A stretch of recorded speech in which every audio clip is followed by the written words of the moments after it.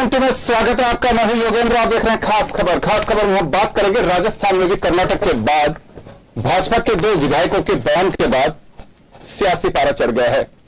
भाजपा के नेता और पूर्व मंत्री वासुदेव देवनानी और विधायक अशोक लाहोटी ने यह कह करके सबको आश्चर्य में डाल दिया कि अब अशोक गहलोत सरकार भी लंबी नहीं चलेगी, कर्नाटक के बाद अब राजस्थान सरकार का नंबर है। क्या इसके मायने हो सकते हैं?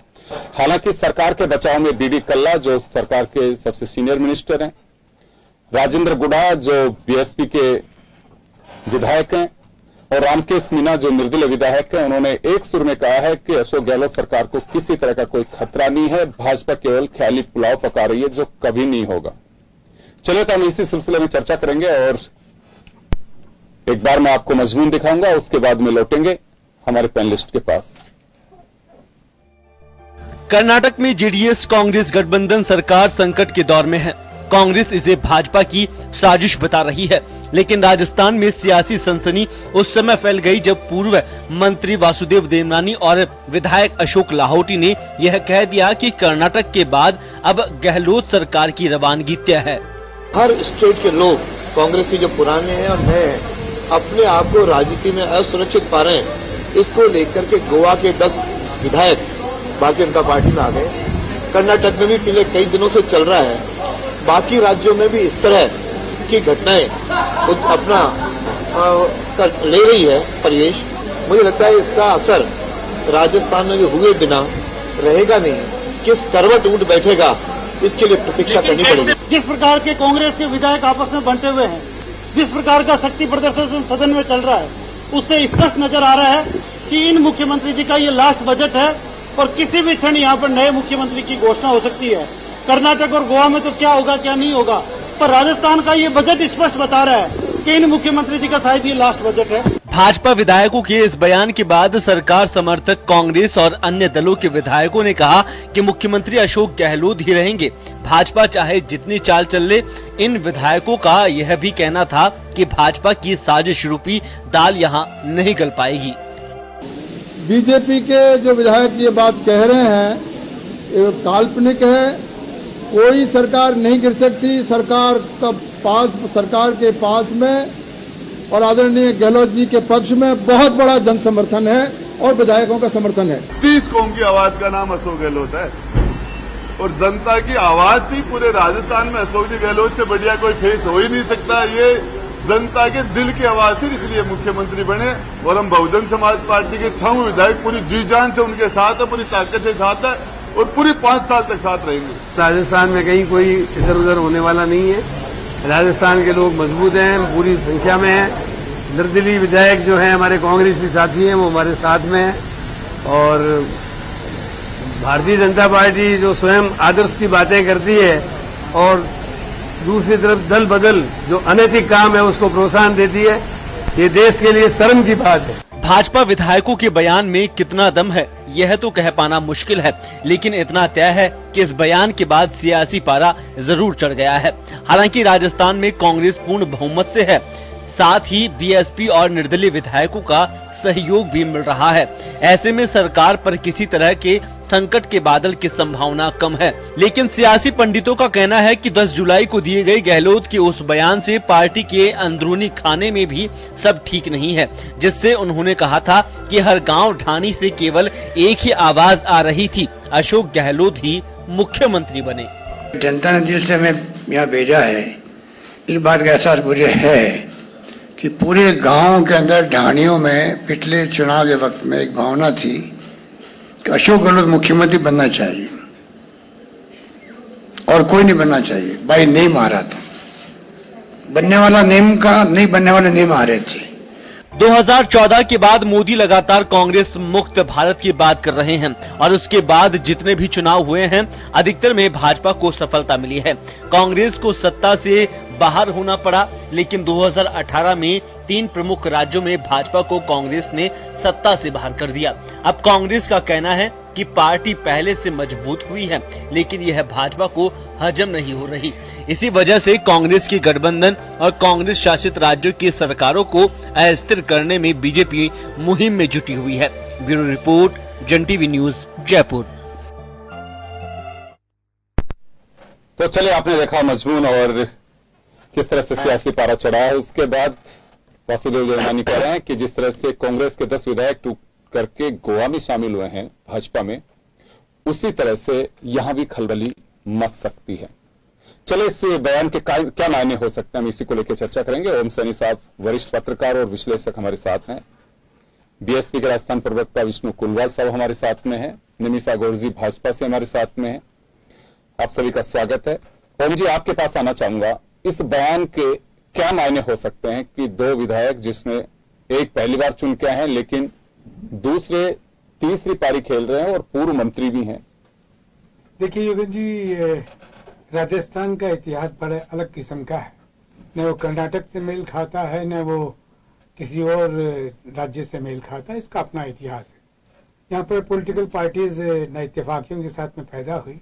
मुझे याद है कि राम राज्य परिषद 52 में पैदा हुई थी, तो किस तरीके से बीच में तोड़ा ताड़ी नहीं हुई, लेकिन जब भी दूसरे चुनाव प्रारंभ होते हैं तब इधर से उधर जाने का सिलसिला रहा है। ये लगातार ऐसा ही होता रहा। हमारे यहाँ इस तरीके से वफादारियां बदलने का और वैचारिक रूप से अपने आप को ढुलमिल रखने का सिलसिला पहली बार देखने को मिला था जब सुखाड़िया जी अल्पमत में आ गए थे और बाद में जब गए तो एक दल बदल उस वक्त हुआ था। बाकी यहाँ उस तरीके का सीन नहीं। बाद में फिर ठीक है, फिर तो जनता दल के भी टुकड़े हो, जिसमें से भैरव सिंह जी ने जनता दल दिग्विजय पूरी तरीके से अपने में समाहित कर लिया। ये सब चलता है, ये होता रहा है। लेकिन अभी का जो हाल है, ये इसमें जो लोग बोल रहे हैं कि कांग्रेस में अब गिनती के दिन है, ये तो मोदी जी की फिलॉसफी है कि कांग्रेस को समूल रूप से लोकसभा के चुनावों से पहले तक वही कहते रहे। लेकिन अभी उन्होंने अपना स्वर बदला। वो कहते हैं कि नहीं, हम पॉलिटिकल पार्टीज के खिलाफ उस तरीके से नहीं है जिस तरीके से कहा जा रहा है। दूसरी पॉलिटिकल पार्टीज भी रहे, लेकिन अंदरूनी खाने जो दृश्य नजर आ रहा है उसमें लग यही रहा है कि जैसे जो लोग बिकने को तैयार हैं, उन्हें परचेज करने के लिए कोई न कोई बैठा हुआ है और उनके गले में तत्काल पट्टा डालने का सिलसिला भी अभी देखने को मिला। गोवा में जो हुआ, कर्नाटका में जो चल रहा है, तो उसी की अपेक्षा शायद राजस्थान में भी की जा रही है। लेकिन लाहौटी साहब या कालीचरण सराफ साहब या देवनानी साहब ये बात कहें, ये समझ में नहीं आती, क्योंकि अनुभव जिन लोगों को है भारतीय जनता पार्टी के काम करने का, वो कटारिया साहब ऐसे कुछ कहें तो समझ में आए, राठौड़ कहें तो ऐसी बात तब समझ में आए, या वसुंधरा जी बोले तो कुछ समझ में आए। लेकिन ये जो तीनों स्वर आए, ये तो लगता है कि एक पासा सा चला है कि देखें इसका असर क्या होता है। और फिर ये भी सच है कि कांग्रेस पार्टी में नेतृत्व को लेकर के जो एक शतरंजी खेल खेला गया था उस वक्त जब विधानसभा के चुनावों के बाद में, उसमें जिस तरीके से सचिन पायलट के नाम को आगे बढ़ाने का प्रयास हुआ कि नौजवानों के हाथ में ताकत दे देनी चाहिए पूरी तरीके से, और वो राहुल गांधी के कहे मुताबिक सारा सिलसिला था। फिर राहुल गांधी ने भी अपना ख्याल बदला और कहा कि अनुभव और हौसलों का एक समन्वय होना चाहिए, और अनुभव और हौसलों के समन्वय के बाद में फिर अशोक गहलोत उभर करके सामने आए। और वो उस वक्त शायद बड़ा पीड़ादायक रहा होगा हौसलों वालों को, अनुभव वालों को, कि ये किस तरीके से इम्पोज किया जा रहा है लीडरशिप, वो उनको शायद ठीक नहीं लगा था। यही वजह रही कि पता नहीं क्या जरूरत थी विधानसभा के बजट के तत्काल बाद में ये कहने की, मुझे ही समझ में नहीं आया। तो मुझे लगा कि शायद कहीं कसक रहा था मन में, और शायद अभी भी जो कुछ वो देखते हैं मीडिया में, प्रिंट मीडिया में कुछ खास किस्म से इस तरह की बातें लाई जाती हैं कि सचिन पायलट का कोई हैसियत है। लेकिन राजस्थान में सचिन पायलट जो कि वैसे समन्वयवादी नहीं है, सच है कि राजस्थान में वही मुख्यमंत्री हो सकता है जो विभिन्न संभागों के लोगों में, विभिन्न जातियों में, जाति समूहों में समन्वय बिठा सके। यहाँ पर राजनीति का प्रतिबद्धता वाला सिलसिला वैसा नहीं रहा है जैसा कि वास्तव में होना चाहिए, और ऐसी स्थिति में उनका वजूद आप उस तरीके से स्वीकारें। ये अनुशासित दल तो स्वीकार कर सकता है कि आदेश हुआ आला कमान का कि आप कल से मुख्यमंत्री बनेंगे, तब तो हो जाए, लेकिन वैसा सिलसिला है नहीं। तो इसमें ये खामखा की कवायद लग रही है मुझे, और ये दूसरी हवाएं चल रही है उस तरीके से राजस्थान में भी हवा चलने की है। निमिषा जी के पास जाना चाहूंगा। निमिषा जी, क्या चल रहा है पार्टी में? आपकी पार्टी के विधायक तो पूरे कॉन्फिडेंस के साथ में कह रहे हैं कि आप देखते जाइए आगे आगे होता है क्या। देखिए योगेंद्र जी, जो ये विश्वास है ये कांग्रेस का दिया हुआ विश्वास है, क्योंकि स्पष्ट नेतृत्व, खोता हुआ नीयत है, और कहीं पर भी इनकी नीति क्या करने जा रहे हैं, क्या सोचने जा रहे हैं, ये कहीं भी दूर दराज तक समझ में नहीं आ रही जनता को ये जनता के बीच में खोता हुआ अविश्वास है जो विधानसभा के पटल पर आया है और जिसकी प्रतिक्रिया स्वरूप में अभी बयान सामने आए हैं।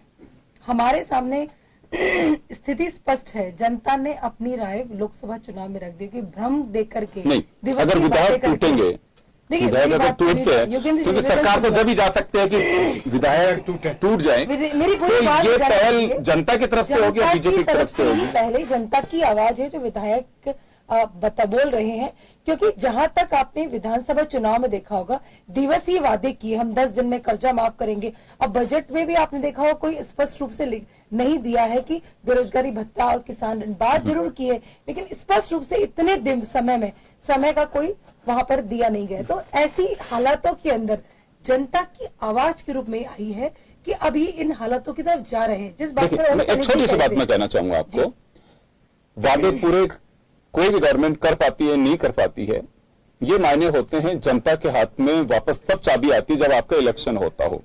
जनता अविश्वास प्रस्ताव नहीं ला सकती, जनता उसमें भागीदार नहीं बन सकती और जनता का इतना भारी इंटरेस्ट भी नहीं होता है कि कोई हॉर्स ट्रेडिंग की जाए। जनता का रोल नहीं होता इसमें। जनता का तो रोल अगर 5 साल तक सरकार चलती है और जब ठप्पा लगाने का वक्त आता है उसी दिन निपटाती है, वो पुख्ता काम करती है फिर।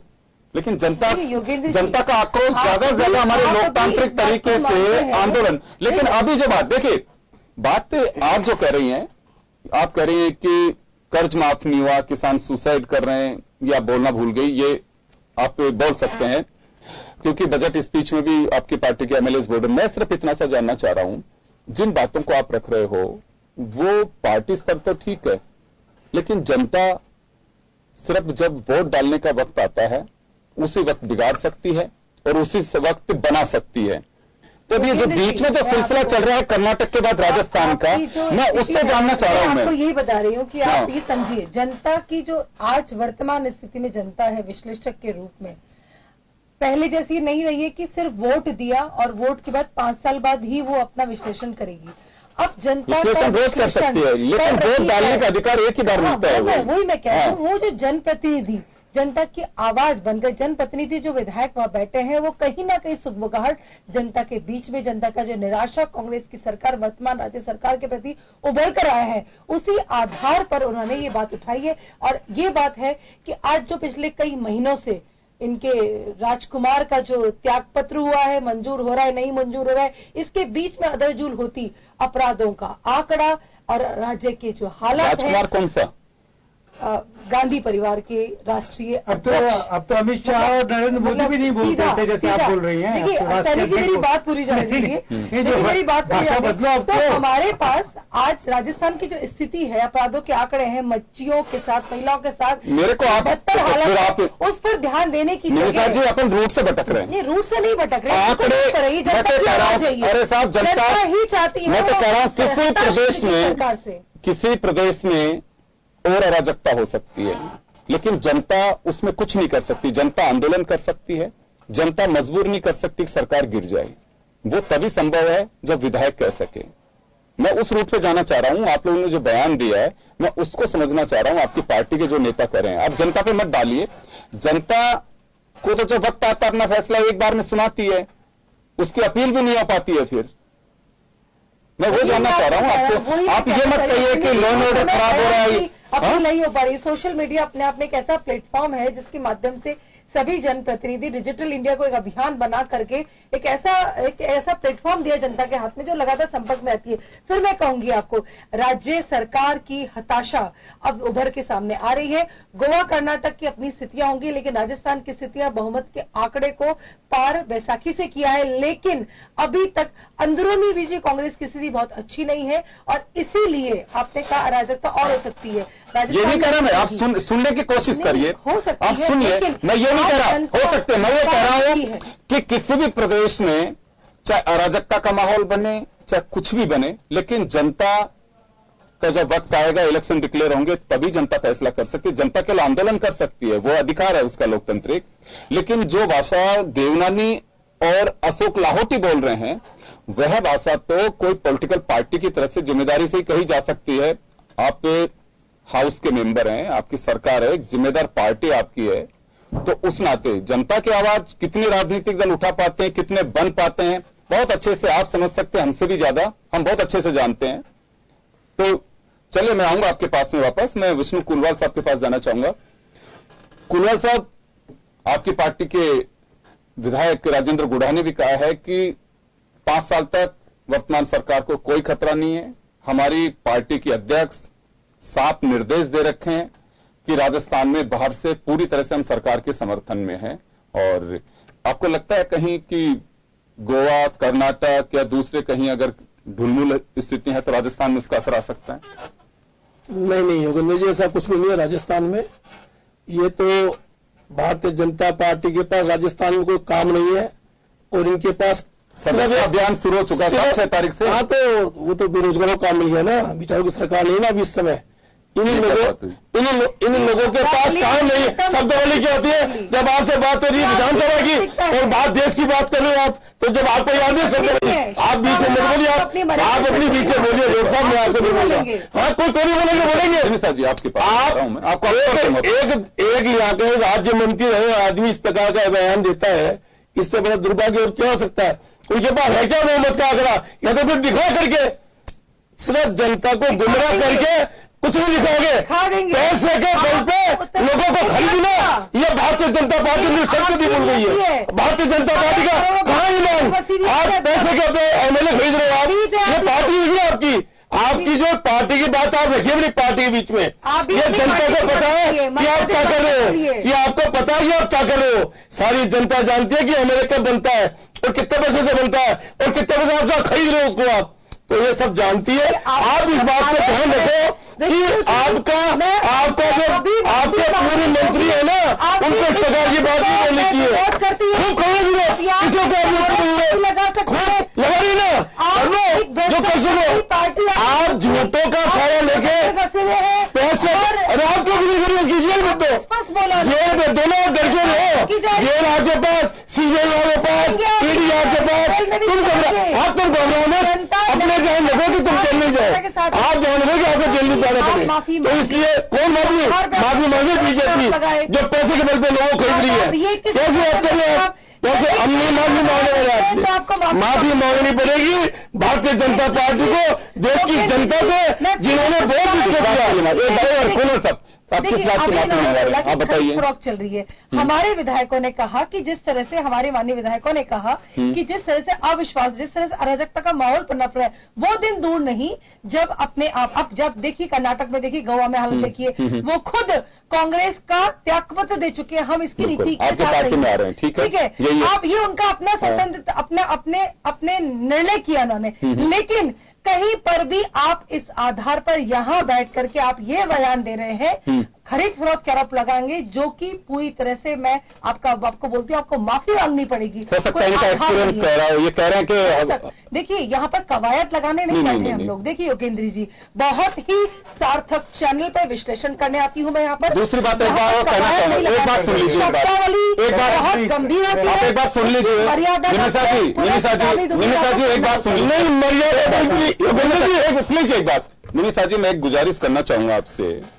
मुझे मालूम है कि बहस कितनी सार्थक, किस अंदाज में कैसे होनी चाहिए। आप सुन लीजिए, प्लीज आप मत बोलिए, देखिए फिर आपको बुरा लगेगा।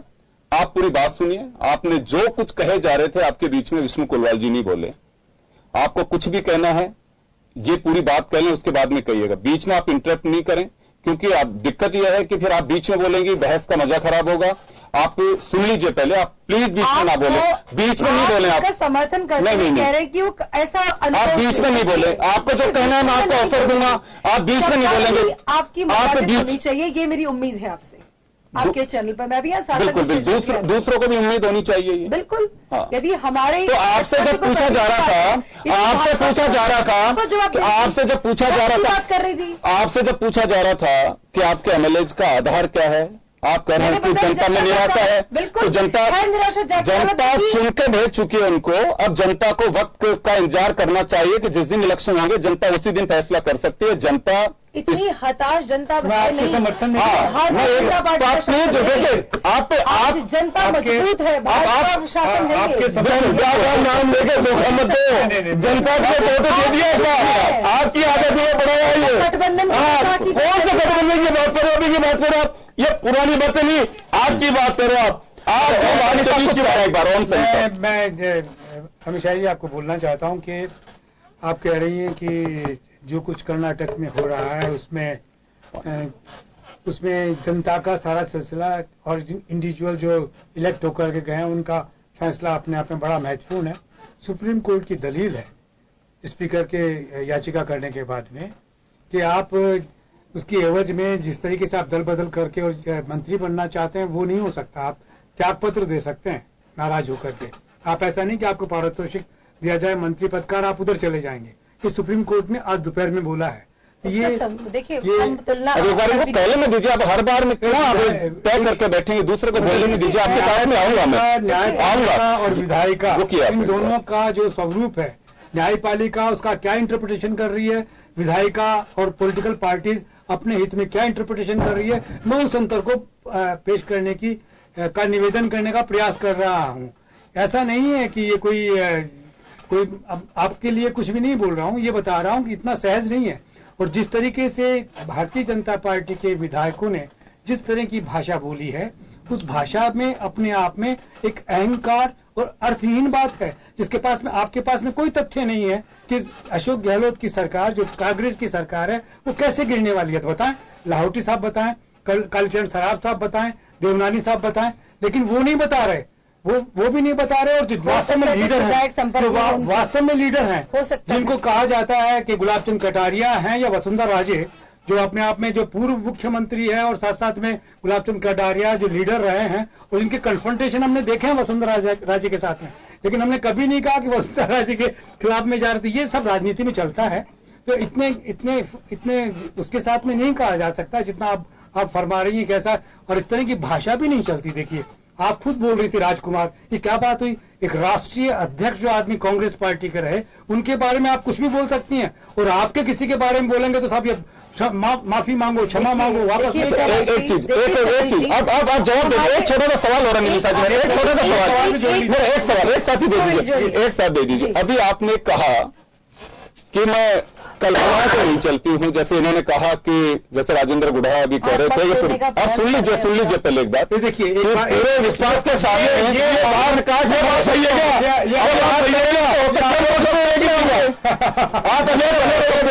संपर्क में हो सकते हैं, कुछ लोग संपर्क में हो सकते हैं, आप ही ने ये बात कही अभी। तो आप जो कह रहे हैं आप लोग तय करिए कि वास्तव में हम किस दिशा में जा रहे हैं। अभी आप खुद ही कह रही हैं कि ये कवायद जो है, मैंने ऐसा कहा कि आप हो सकता है क्योंकि विधायकों की आपस में बातचीत जैसे गोवा कर्नाटक में हुआ, लेकिन यहाँ पर ये कहा जाना खरीद फरोख्त, सीधा आप आरोप लगा रहे बिना तथ्य के, वो भी हम जन टीवी पर जब भी हमारी चर्चा होती है आराम से। लेकिन सैनी जी, अब मेरी बात आप पूरी हो जाती है। दूसरी बात यह है कि आप बोलते हैं भाजपा के कार्यकर्ताओं के लिए अमर्यादित भाषा का प्रयोग आपने किया। किसने किया? इन्होंने बोला कि कोई काम नहीं है इनके पास। देखिए, आज आधारित कार्यकर्ता आधारित पार्टी है, कार्यकर्ता का सम्मान राष्ट्रीय अध्यक्ष जी से लेकर के बूथ अध्यक्ष का सम्मान होता है। विष्णु जी, आप अपनी भाषा मर्यादित रखेंगे, नहीं तो मैं निवेदन के साथ इस डिबेट को ही समाप्त करती हूँ। तो का कार्यकर्ता का जनता भी सम्मान करती है और उसके सम्मान आप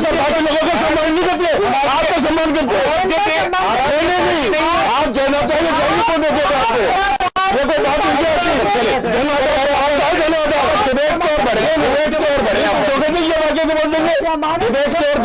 जमानत तो क्या हो गया, फिर छूट कर जाएंगे, फिर जमानत में जाएंगे, आप उसकी बिक्री क्यों कर रहे हो? चलो, मैं एक बार श्याम जी के पास में जाना चाहूंगा। श्याम जी, आज आपने तो पूरा वाक्य देखा है, सुना भी है, किस तरह का खतरा लग रहा है राजस्थान में? देखिए योगेंद्र जी, क्योंकि अब मैं तो आज नहीं, देवनानी जी तो बहुत पहले से ही कहते आ रहे हैं, लेकिन किन आधार पे कह रहे हैं वो समझ में नहीं आता। मैं मानता हूं कि इन्होंने गोवा में और जिस प्रकार से कर्नाटक में जो कुछ घटनाक्रम चल रहा है, वो सोचते कि वहां तो हो जाएगा तो यहाँ भी कुछ हो पाएगा, क्योंकि यहाँ तो अभी स्पष्ट बहुमत है। ऐसी स्थिति में आप कह तो सकते हो, आज विधानसभा में भी राजेंद्र राठौड़ ने मामला उठाया था, तो विधानसभा अध्यक्ष ने यह कहते हुए पटाक्षेप कर दिया कि कल ही मुझसे हेमाराम चौधरी मिल के गए। तो इसका मतलब ये हुआ कि हो सकता है, क्योंकि चर्चा में था कि वो राहुल गांधी की भावनाओं को आदर करते हुए अपना इस्तीफा सशर्त सौंप रहे हैं, ये ऐसी बात आ रही थी चर्चा में। तो विधानसभा अध्यक्ष ने जो सशर्त इस्तीफा होता है उसे स्वीकार नहीं किया जाता है, और क्योंकि विधानसभा अध्यक्ष का ये अधिकार होता है कि किसी भी इस्तीफे को स्वीकार करें या जांच करें, उनका अधिकार क्षेत्र में आता है। इसलिए मैं कह सकता हूं कि विधानसभा अध्यक्ष अगर कांग्रेस के हैं, कांग्रेस दल से बनाए तो दोनों ही सर्वसम्मति से, लेकिन क्योंकि वो उनका समर्थन यदि होता है तो फिर कुछ चीजें आप चाहे भले केंद्र की सरकार क्योंकि अमित शाह और नरेंद्र मोदी की है, जिसने कि उत्तराखंड में करके 2 साल बाद वापस कोर्ट से वापस उनको बहाल करना पड़ा। 2 साल बाद नहीं, कुछ दिन बाद।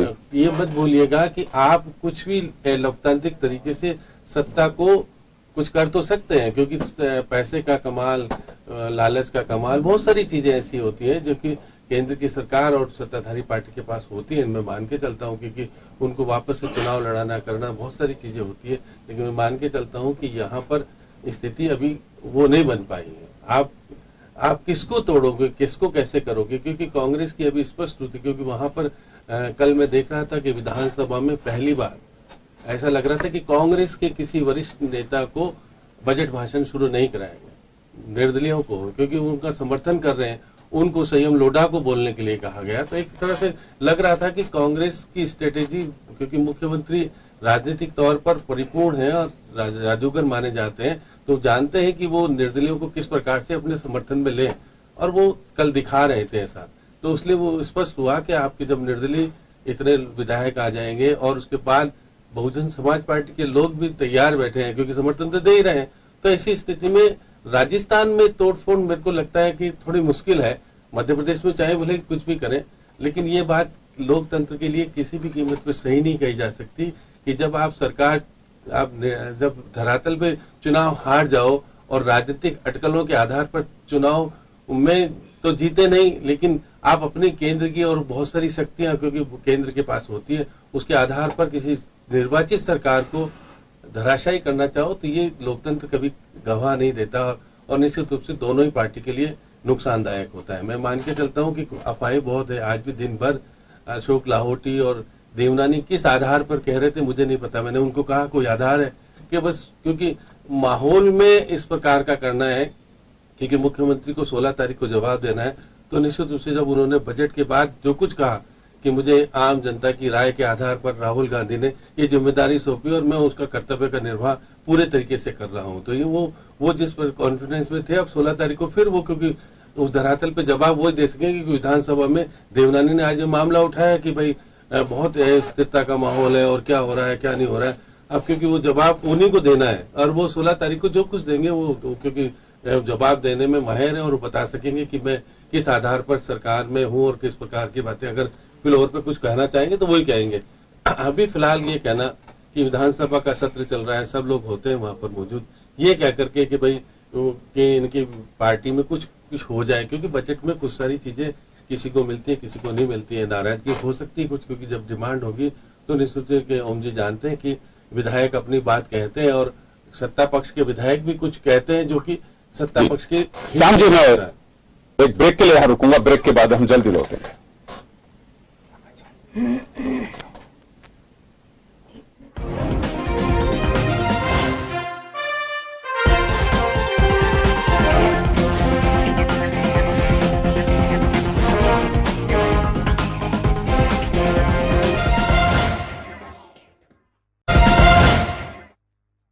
ब्रेक के बाद एक बार फिर आपका स्वागत है। आप देख रहे हैं खास खबर। बात कर रहे हैं एक ऐसे मुद्दे की जिसमें एक तरफ तो कहा जाता है कि ख्याली पुलाव पकाया जा रहा है, दूसरी तरफ कहा जा रहा है कि राजस्थान की सरकार जा सकती है। हालांकि मैं एक आंकड़ा जरूर आपको समझाना चाहूंगा। यहां पे राजस्थान में 200 सदस्य विधानसभा है, जिसमें बहुमत का आंकड़ा 101 का है। 100 सदस्य कांग्रेस के अपने हैं, एक अलायंस के साथ अजीत सिंह की पार्टी के सुभाष गर्ग हैं, तो इनके गठबंधन के साथ 101 सदस्य बहुमत पूरा होता है। 6 बीएसपी के सदस्यों ने अपना समर्थन दे रखा है।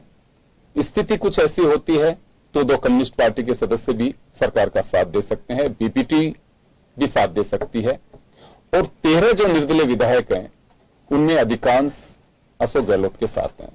ऐसे में आंकड़ा करीब 124-25 के आसपास जाता है। सरकार गिराने के लिए सबसे पहले तो कांग्रेस के 1/3 सदस्यों को तोड़ना होगा, जिनकी संख्या 33-34 होती है। यह आंकड़ा कौन करेगा, नेतृत्व कैसे टूटेगा, बीजेपी के पास में ये संभावना कैसे बन रही है, यह भी कहना बहुत मुश्किल है। क्योंकि अभी जब बात की जा रही है उन लोगों से जिन्होंने ये सब कहा है, तो उनका साफ कहना है कि देखते जाइए आगे होता है क्या। जैसे कि श्याम सुंदर जी कह रहे थे कि हो सकता है कि मध्य प्रदेश में किनारे पे सरकार हो, वहां कुछ हो, लेकिन राजस्थान छत्तीसगढ़ में बहुत मुश्किल है। राजस्थान में खासकर मुश्किल इस बात के लिए भी कही जा सकती है कि अशोक गहलोत जब पार्टी के महासचिव थे तो कर्नाटक में सरकार बनाने में उनका बड़ा रोल रहा। बेशक अब सरकार जाए रहे मायने नहीं रखती, लेकिन उस वक्त की सरकार बनाने में अशोक गहलोत का बड़ा रोल रहा। तो चले जादूगर पे क्या कोई दिक्कत आएगी, ये एक बड़ा सवाल है। एक बार फिर मैं निमिषा गौड़ जी के पास जाना चाहूंगा।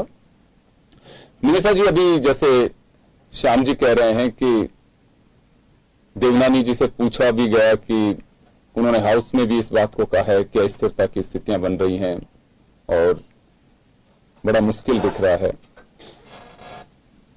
मैं आपसे भी जानना चाहता हूं कि कोई चीज का आधार होता है कुछ कहने का, तो अभी कहीं इसका कोई आधार दिखाई दे रहा है? क्योंकि पार्टी के नेता इस बात पे तो कह रहे हैं कि बिल्कुल वो कहें तो उनके अपने एक्सरसाइज होगी, सही कह रहे होंगे। देखिए, राजनीति में जब हम लोग चर्चाएं करते हैं, चर्चाओं के दौर आते हैं जाते हैं और बातचीत होती रहती है। गोवा कर्नाटक की स्थिति से रूबरू होते हुए जब राजस्थान की ओर देखते हैं, राजस्थान मध्य प्रदेश की ओर देखते हैं, तो कुछ हजार वोटों से ही विधायकों का जो फासला था जीत का, वो इतना ही था कांग्रेस के स्पष्ट। अभी जो स्थिति विधानसभा में आई है और बजट की प्रतिक्रिया के स्वरूप में मुख्यमंत्री जी ने कहा कि हम गांव-गांव ढाणी-ढाणी कोई और ना बने, इसलिए जो कोई और ना बने पे कटाक्ष जो था, वो कटाक्ष स्पष्ट तौर पे कांग्रेस की अंदरूनी घटनाक्रम को प्रस्तुत कर रहा था। आपने भी देखा होगा कि 2014 के चुनाव के समय में 21 पर सिमट कर आएगी कांग्रेस और प्रदेश अध्यक्ष जो सचिन पायलट रहे, और उन्होंने, वैसे तो कांग्रेस का अंदरूनी मामला है, और जिस तरह से की और जब थोड़ी मतलब जो स्थितियां आई, उसके बाद जब मुख्यमंत्री के चयन को लेकर के और उसके पश्चात प्रदेश अध्यक्ष को लेकर के जब निष्क्रियता लगातार कांग्रेस की यहाँ देख रहे हैं, तो घटनाक्रम सामने आ ही रहा है। वो ही आधार है, उस आधार पर भाजपा के माननीय विधायकों ने अपने बयान दिए हैं। वो आधार आपको और हमें, हमारे सामने विश्लेषक भी बैठे हैं, उन्हें भी दिख रहा है कुछ तो है, और जो नहीं है वो जनता सामने बोल रही है। आक्रोश आप देखिए, 46% तक अपराधों का आंकड़ा बढ़ रहा है।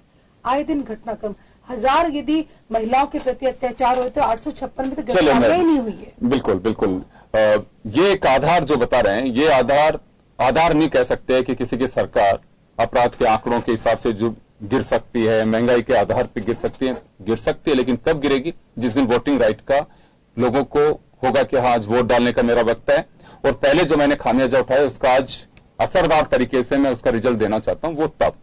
केवल आज के आधार पे नहीं कह सकते कि वहां पे ये घटना हो गई, वहां पे ये घटना होगी, इसके आधार पे आज सरकार चली जाएगी। वो संभावना बहुत अच्छे से आप जानती हैं, आरोप लगाना बहुत सहज है, लेकिन प्रैक्टिकली आप उस बात को समझिए।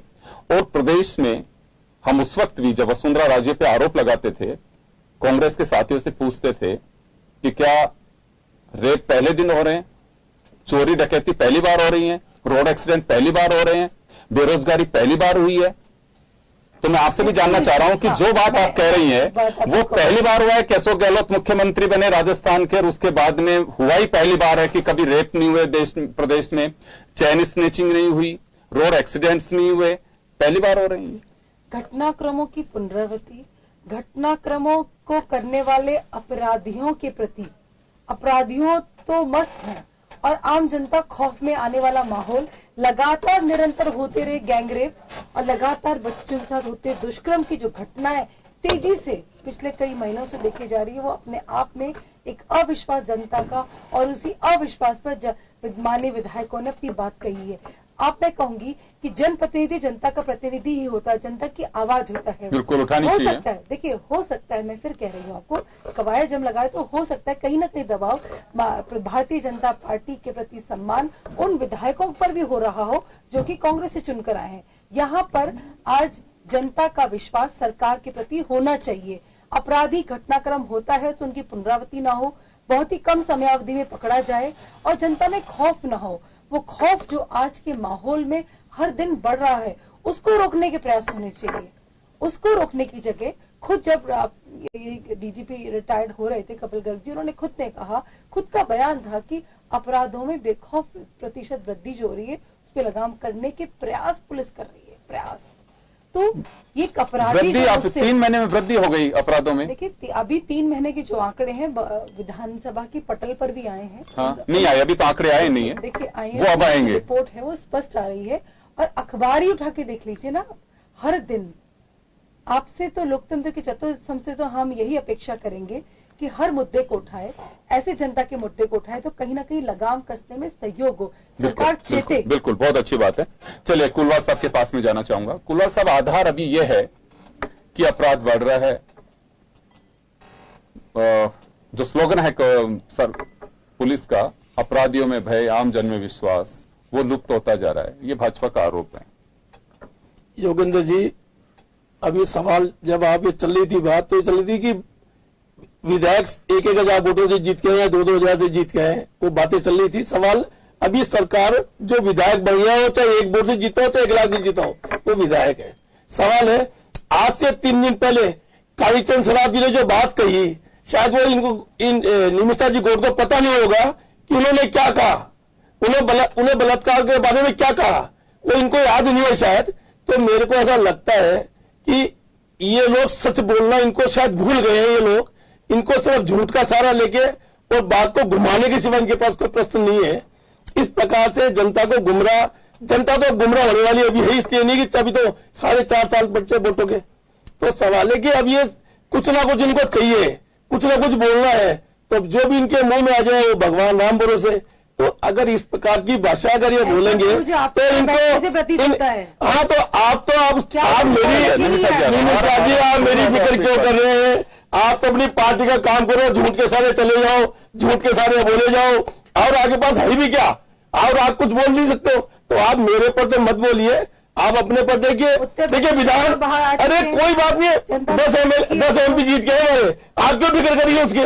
हम देखिए कौन सा गठबंधन, किसका गठबंधन अभी खोलूंगा इतिहास आपका। आप लोगों ने दबाव में आके ईडी, CBI, आपकी केंद्र सरकार ने क्या नहीं किया, इस प्रकार का काम कर रही है, वो सारी हिंदुस्तान की जनता देख रही है। सवाल है, अभी आप कोई इस बारे में मत जाइए कि हम लोग 303 सीट जीत के आए, 303 के बाद 2 भी आपकी पार्टी ने जीती है, तो आपको ऐसी बात नहीं बोलनी चाहिए। सवाल अभी राजस्थान विधानसभा का है, राजस्थान विधानसभा में हाँ तो क्या हो गया, आप अपने पे ध्यान, हम तो 10 MP है ना, हमारे 10 MP है ना, तो आप बताइए हमारे पे MP पहले कितने थे। तो आप ऐसी अपनी शब्दों को देखिए, दूसरे पे आरोप लगाने से पहले आप देखिए हम कितने सही है। सवाल है राजस्थान विधानसभा का, राजस्थान विधानसभा में कांग्रेस और उनके सहयोगी दलों को इतना बड़ा बहुमत है योगेंद्र जी, मुझे संभव नहीं, असंभव ही लगता है कि ये भारतीय जनता पार्टी काम करने में सफल होगी राजस्थान में। इनको कभी भी राजस्थान में सपने इनके पूरे नहीं होंगे, ऐसा मेरा पूरा विश्वास। चलिए मैं इधर श्याम जी के पास जाना चाहूंगा। श्याम जी, देखिए परिस्थितियां क्या होंगी क्या नहीं होंगी, ये सब मुझे लगता है कि भविष्य की चीजें किस आधार पे करें तो बीजेपी के MLA बता सकते हैं, लेकिन कोई आधार ऐसा ठोस लग नहीं रहा है मुझे।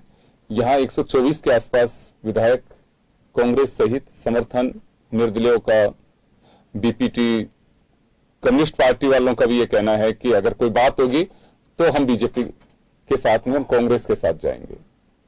तो आधार क्या हो सकता है इसका? कुछ लगता है कि बस केवल एक प्रदेश की सियासत में थोड़ा पारा को हाइक देना, या विधायकों की दोनों का ये हो कि चलिए हम कैसे चर्चा में आ सकते हैं? योगेंद्र जी, ये फैसला अगर करेगा तो हाईकमान करेगा कांग्रेस का कि मुख्यमंत्री को बदलना है या नहीं बदलना है।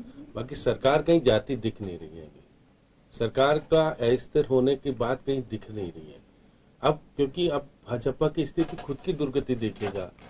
कि अभी तक प्रदेश अध्यक्ष नहीं बना। पहले 72 दिन में बना, अभी नहीं बनाया क्योंकि इनकी मैडम तो दिल्ली लंदन गई हुई हैं। अब यहाँ हाउस चल रहा है, विधानसभा जब चलती है तो कोई पूर्व मुख्यमंत्री और इस शासन का चेहरा बनकर के प्रधान मुख्यमंत्री बनकर के रहे, फिर चेहरे पे चुनाव लड़े। अब नकार दिया जनता ने, उसके बाद वो तो नहीं कह रही कि क्या स्थिरता का माहौल है कुछ, वो तो लंदन है, उनको परवाह नहीं है पार्टी की। तो ऐसी स्थिति में ये किस आधार पर विधायक जो कि एक पहली बार चुन के आए लाहौटी के ऊपर तो आरोप भी लगे हैं, केस भी दर्ज है, बहुत सारी चीजें हैं उनके ऊपर, वो व्यक्ति और देवनानी जी निश्चित कहा जा सकता है तीसरी बार के विधायक मंत्री रहे। लेकिन आज की स्थिति में वो आधार, आज भी विधानसभा में जब मैं देख रहा था, जब वो बजट पे बोल रहे थे तो बोल रहे थे कि ऐसा हो सकता है, ये हो सकता है, तो उनको कहना कहा कि आपको चिंता क्यों हो रही है, चिंता तो कांग्रेस को होनी चाहिए। कांग्रेस के लोग अगर विद्रोह करते हैं, सारी बातें होती है, क्योंकि हाउस में ये बात तो सही है कि अशोक गहलोत की कार्यशैली को लेकर के जो 3-3, 4-4 बार, 5 बार विधायक चुने गए वो आज मंत्रिमंडल में नहीं है, तो कसक तो जरूर कही जा सकती है। लेकिन ये कह देना कि इससे सरकार नहीं रहेगी, ये मेरे को समझ में नहीं आता। अशोक गहलोत ने जरूर इशारा कहा होगा, किस तरफ कहा होगा, ये 16 तारीख को जब वो बजट का पहले वाले हिस्से का जवाब देंगे फाइनेंस बिल का, तो वो स्पष्ट करेंगे कि मेरे ऊपर जो कुछ कह रहे हैं, क्योंकि सदन में कुछ चीजें आ गई है। अब सदन की चीजों के ऊपर अब वो क्या अगर इग्नोर करते हैं या बोलते हैं तो वो स्पष्ट होगा। लेकिन जिस प्रकार से उन्होंने 10 तारीख को बजट पेश किया और बजट पेश के बाद जब आप भी कॉन्फ्रेंस में मौजूद थे, उन्होंने बजट के बजाय चला करके कुछ चीजें कही, तो उससे कुछ हलचल बढ़ी और हलचल बढ़ने के बाद ये निश्चित कहा जा सकता है कि अब ये देखिएगा हेमाराम चौधरी का पूरे सेशन में नहीं आना और विधानसभा अध्यक्ष से मिलकर कल चले जाना, तो और फिर उप मुख्यमंत्री से मिलना, ये कुछ घटनाक्रम चल रहा है। लेकिन ये नहीं कह रहे कि इनकी शुद्धि कुमारी भी बीजेपी की मेंबर हैं, वो कितने दिन विधानसभा में आ रही हैं, उसका भी बहुत सारे लोग हैं। आप देखिए इनकी पूर्व मुख्यमंत्री नहीं आ रही विधानसभा में, तो ये कह देना कि विधानसभा में नहीं आना, इस्तीफे की चर्चा होना। मैं एक जिक्र करना चाहूंगा श्याम जी, यहाँ पे एक जिक्र करना चाहूंगा। जब बीजेपी सत्ता में थी तो अशोक गहलोत पे भी यही आरोप लगते थे कि केवल बस एक दिन आते हैं, वो बजट के दिन या फिर हाउस जिस दिन शुरू होता है उस दिन, कि वो फिर आते नहीं है। अभी वसुंधरा जी नहीं आती हैं, तो ये क्या है? आपका तो बड़ा एक एक्सपीरियंस है, मैंने भरत सिंह शेखावत को देखा है, सत्ता में रहे चाहे नहीं रहे, जब तक बहस चलती थी, पार्टी के राष्ट्रीय स्तर पे प्रोग्राम्स होते थे तो उसमें भी वो मना करवाते थे, क्योंकि पार्टी के लंबे समय तक राष्ट्रीय उपाध्यक्ष भी रहे हैं वो, कि हाउस चल रहा है, इस वक्त हम कहीं नहीं जा सकते। तो वो नेताओं का पहले जैसा एक समर्पण था, वो मुझे लगता है कि वर्तमान पीढ़ी में या कुछ जो सीनियर है उनमें देखने को बहुत कम मिल रहा है। देखिए योगेंद्र जी, मुख्यमंत्री बनने के लिए तो वसुंधरा जी और प्रतिपक्ष का नेता बनने के लिए गुलाब चंद कटारिया, तो ये तारतम्य मेरे को समझ में नहीं आता। या तो पार्टी अब उनको जो पहले तरजीह देती थी वो नहीं दे रही है। इस बार लोकसभा के चुनाव में देखने को नहीं मिला कि वसुंधरा जी के नाम पर कोई चेहरा लड़ रहा हो, या प्रधानमंत्री जी ने कहा हो कि वसुंधरा जी के कारण चुनाव जीत रहे। तो परिस्थितियां परिवर्तित हुई है भाजपा में। अब भाजपा के लोग अपने आप को सर्वाइव करने के लिए, अब देखिए लोग अशोक लाहौटी क्या कह रहे थे और क्यों कह रहे थे मेरे को नहीं समझ में आ रहा। वो अपनी पार्टी के प्रदेश अध्यक्ष नहीं बनवा पा रहे, उनको चिंता नहीं है कि प्रदेश अध्यक्ष बन जाए। उनका जिस प्रकार का माहौल बना हुआ है और जिस प्रकार की स्थिति बनी हुई है, क्योंकि अभी हाल ही में जिस प्रकार के आपके पंचायतों के और जो उपचुनाव हुए उसमें क्या स्थिति बनी है खुद बता सकती हैं निमिषा जी। और आने वाले टाइम में शहरी निकायों के जो चुनाव होने, अजमेर नगर निगम को छोड़ करके 46 करीब 6 नगर निगम और बाकी नगर परिषद नगर पालिकाओं के चुनाव होने, ऐसी स्थिति में पार्टी कैसे, क्योंकि 20% इनको वो भी अपने सदस्य भी बढ़ाने इनको कर रखा है। तो ये सारी बातों को लेकर लग रहा है कि पार्टी खुद की तो नहीं सोच रही है कि किस प्रकार से मजबूत हो और आगे बढ़े, ये दूसरे में छेद कैसे हो और उसके लिए किस प्रकार से हाउस का दुरुपयोग किया जाए। हाउस के बाहर बोलना, हाउस के अंदर बोलना कि अस्थिरता का माहौल है। अब सचिन पायलट तो नहीं कह रहे कि मैं बीजेपी में जा रहा हूं या मेरे बीच में वेगन है और ये सारी बातें आपसे जिसको बात लेकर हुई के है क्या? जिसको मैं तो बातचीत करता देखिए हूँ। श्याम जी, देखिए नाथू सिंह जी देखिए की बेटी की शादी में था, लगातार- आप देखिए मेरी बात सुनिए, देखिए- बात भी हुई है, मेरी तो हुई है, लेकिन वो नहीं कह रहे थे कि मैं बीजेपी में जा रहा हूँ, बीजेपी के बहकावे में हूँ। वो निश्चित रूप से पार्टी देखिए श्याम जी, वही के आपसे कार्यकर्ताओं निवेदन के कारण कि जीती भाजपा है के पार्टी। अंदरूनी- नहीं, आप कह रहे थे ना, मैं नाथू सिंह जी की बेटी की शादी थी, वो आए थे, मेरे से मिले थे वो, और मुझसे बातचीत, इसका मतलब ये नहीं कि आप में बातचीत नहीं कर, लेकिन ऐसी बातचीतों को आपको आकर के बता रहे हो, मेरे को आश्चर्य होता है। और अशोक लाहोटी और देवनानी जैसे को बता रहे हो, क्योंकि देवनानी जी संघ के हैं और संघ के सबू का अगर छुड़वाने के लिए कहा हो तो छोड़िए, वो बात अलग है, लेकिन राजनीति में संख्या देखी जाती है, वहाँ संख्या के आधार पर फ्लोर पे जीत हार होती है। केवल कह देने से पार्टी का और सरकार नहीं देखिए, कर्नाटक की छोड़िए बात, गोवा की बात छोड़िए, गोवा में तो आपने भी जो किया था खेल, सारे के सारे आपने खरीद डाले थे, उस वक्त की पुरानी बातों को याद कीजिए। आप देखिए पुरानी बातों को, गोवा को याद करोगे तो आपको पता है कि अगर वो कहते थे कि देखिए आप देखिए कि पर्णिकर जी रहेंगे तो हम उनके साथ है, नहीं तो नहीं है बीजेपी के साथ। आज की स्थिति में आप प्रचंड बहुमत में हो केंद्र में, और मोदी जी कह चुके हैं कि हम इसका दुरुपयोग नहीं करेंगे, विपक्ष छोटा है तो हम उसका पूरा वो देंगे, आदर करेंगे, सब करेंगे। आप ये कौन सी चुनी हुई सरकारों को हम हमारे दम पे खत्म करवा देंगे, ये तो नहीं कहा उन्होंने मोदी जी ने। अगर आप ये कह रहे ऐसे हालात अच्छे हालात में क्या बुरा है? आपने मेरी बात सुन लीजिए ना, अगर स्पष्ट नहीं सरकार ने आपकी सरकार ने फांसी की सजा कर दी, सुनिए तो सही, तारीफ कर रहे एक बार। आप देखिए आपने फांसी का प्रावधान कर दिया, केंद्र ने भी कर दिया, उसके बावजूद अगर घटना होती, कल मुख्यमंत्री जी ने कहा घटना हो रही है, मैं स्वीकार करता हूं उसको, मैंने डीजी को और एसओजी को स्पष्ट रूप से फ्री हैंड दे दिया कि कार्रवाई करें वो सीधे तौर पर, किसी की सिफारिश गलत माने नहीं, चाहे मैं ही करूं। तो ये सारी कहने के बाद मुख्यमंत्री और क्या कर सकता है? आप पूर्व सरकार में भी घटनाएं होती थी, बहुत तेजी से हुई और स्वीकार किया। कहाँ से बात करके आ रही है? अब कहाँ से उसके सरकार में गिरने का इससे क्या हो? सरकार आप जो कह रहे हैं कि जा रही है, आपने पुराने मंत्रियों का क्या लेना देना है? आप जो लोग खड़े कि अरे न्यूज़ सुनिए, उनके परिवार के सदस्य चुन करके आए जो जेल के अंदर बंद है, आप उसके बाद कह रहे हैं जेल में थे। बातें मत कीजिए, आप क्या भी जेल में जाने वाले, अभी आज की घटना दे दी, अरे आपके विधायक का क्या हो रहा है, आपको स्थिति में देना पड़ा, आज ही देख लीजिए जो वायरल हो रहा है। करे कि कोई अपराधी भी हो, अपराध करने की सोच भी हो, आपके विधायक उसके मन में आप सुन ही नहीं चाह रहे, आपके विधायक करे गलत तो ठीक है, और बाकी के विधायक करे तो गलत है। आज आपने अपराधी होते आपने बरेली का विधायक का सुना क्या? अरे बरेली का विधायक का सुना क्या? वो अपनी बेटी के परिवार के साथ किस प्रकार करना चाहते हैं? मैं तो निर्णय आप देखिएगा, आज जाइए, जब आज ये चर्चा शुरू कर, अरे आप मेरी बात सुन, किस प्रकार से कह रहे लोग, अरे अब कह रहे हैं क्योंकि फंस रहे थे इसलिए, नहीं तो दूध के बाद आप क्योंकि निमिषा जी आपको पूरे देश की घटनाक्रम को, आप किसी देश के घटनाक्रम को आप इनके जेल में आपने बोल दिया। मैं राजस्थान तक सीमित रहना चाहता था क्योंकि आप छेड़ना चाह रहे थे, तो मैंने बताया कि आज ही एक वायरल हुआ है प्रदीप जी का, वो तो आपकी जानकारी के लिए और आप अपडेट रहे, बस जी बता रहे हैं। आज देखिए घटनाक्रम से विधायक, देखिए घटना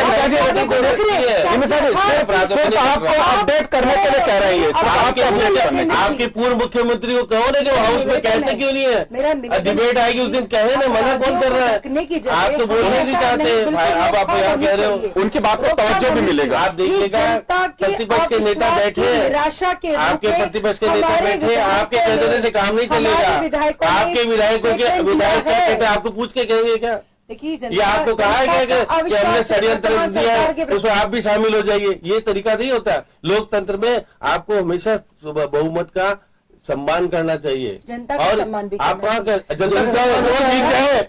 जीत गए, उन्होंने कहा है कि हम 25 सीट हारे हैं, तो इसका मतलब ये नहीं कि जनता के प्रति हम समर्पित नहीं रहेंगे। हमने जो जन घोषणा पत्र में घोषणा की है उसके अनुरूप निर्णय कर रहे हैं। श्याम जी, जन घोषणा पत्र और बजट, इसका आपने वैक्यूम देखा? कितना बड़ा क्या वैक्यूम है उनको बताइए। समझ में आपने बजट नहीं दिया था, कर्जे माफी को लेकर के 2000 का प्रावधान किया और 8000 के कर्जे माफ कर दिए, वो 6000 उनको चुकाने पड़ रहे हैं। अभी फिर आपको वैक्यूम यदि क्या देखना है तो वैक्यूम बजट चाहिए? आप अलग से आपने डिबेट 2 लाख करोड़ के कर्जे ले लिए, जरूर आएंगे। उसके बाद और विकास आप कितना हुआ? वैक्यूम देखिए कि जन घोषणा पत्र में और बजट के अंदर कितना डिफरेंसेस, इस पे आप डिबेट जरूर आप बताइए ना, मैं बताइए, मेरे को किताब पढ़ी मैं देता हूँ। कौन सा बजट है? पहला बजट घोषणा पत्र कितने दिन के लिए था?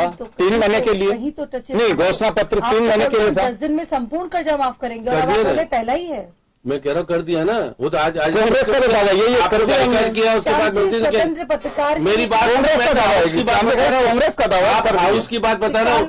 अरे सुन लीजिए ना, अरे भाई का आज उन्होंने वॉकआउट किया, पहले बीजेपी ने, फिर प्रतिपक्ष के नेता ने बोला तो उन्होंने कहा कि साहब कॉमर्शियल बैंकों के नहीं हुए, लेकिन हमने इनके दोनों के करके खाते में डाल करके 20 लाख 19 लाख कुछ के किसानों के कर्जे माफ करके खाते में पैसा डाल दिया है और उनको पूरा लोन भी दे दिया है। ये आज हाउस में कहा है, उसके बाद प्रतिपक्ष के नेता कुछ नहीं बोले और बैठ गए।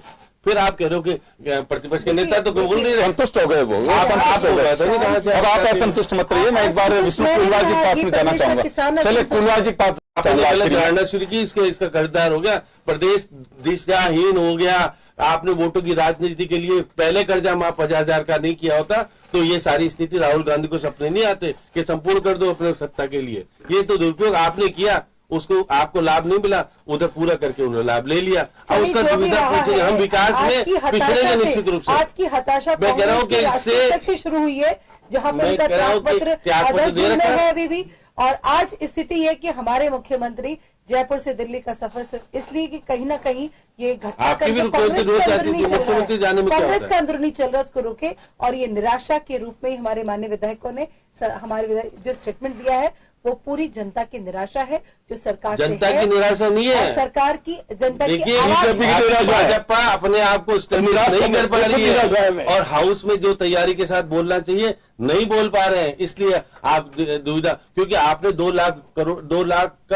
लाख करोड़ का कर्जा लिया और उसके पास संपत्ति कहते हैं कि आपने ज्यादा बना दी, ये भी कर्जा लेंगे क्योंकि कर्जा बिना काम नहीं चलेगा। स्थिति इसलिए है कि वोटों की राजनीति के कारण नहीं, कांग्रेस मैं नहीं कर रहा, मैं तो कल भी रोज जो हाउस में देख रहे हैं। मैं आप कह रहा हूँ कि मैंने कहा कि कांग्रेस के विधायक क्यों नाराज है, मैंने बताया उसका कारण है।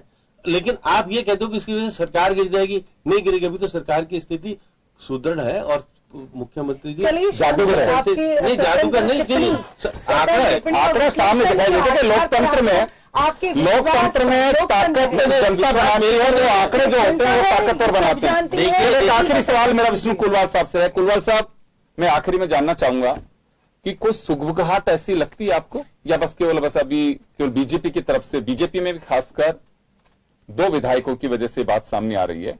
गुलाब चंद कटारिया जो नेता प्रतिपक्ष से बड़े जिम्मेदार हैं, पार्टी के पूर्व प्रदेश अध्यक्ष भी रहे हैं, उनसे जब पूछा गया तो उनका है कि उपनेता ने तो आज मामला उठाया था लेकिन पटाक्षेप कर दिया। वो हेमाराम चौधरी का उन्होंने उठाया था, लेकिन उसमें शांति धारीवाल ने उनसे ये भी पूछ लिया कि सिद्धि कुमारी जी कहाँ हैं, जरा ये भी बता दीजिए। तो चलिए खैर, मैं सिर्फ आपसे इतना सा जानना चाहता हूं कि क्या कोई सुगबुगाहट, किसी तरह की कोई बात? नहीं योगेंद्र जी, राजस्थान में ऐसा कुछ नहीं। इन्होंने शायद कुछ गोवा से या कुछ कर्नाटक से इन्होंने इसके साथ जोड़ने का प्रयास किया राजस्थान को, मगर राजस्थान में ऐसा कुछ भी नहीं होगा।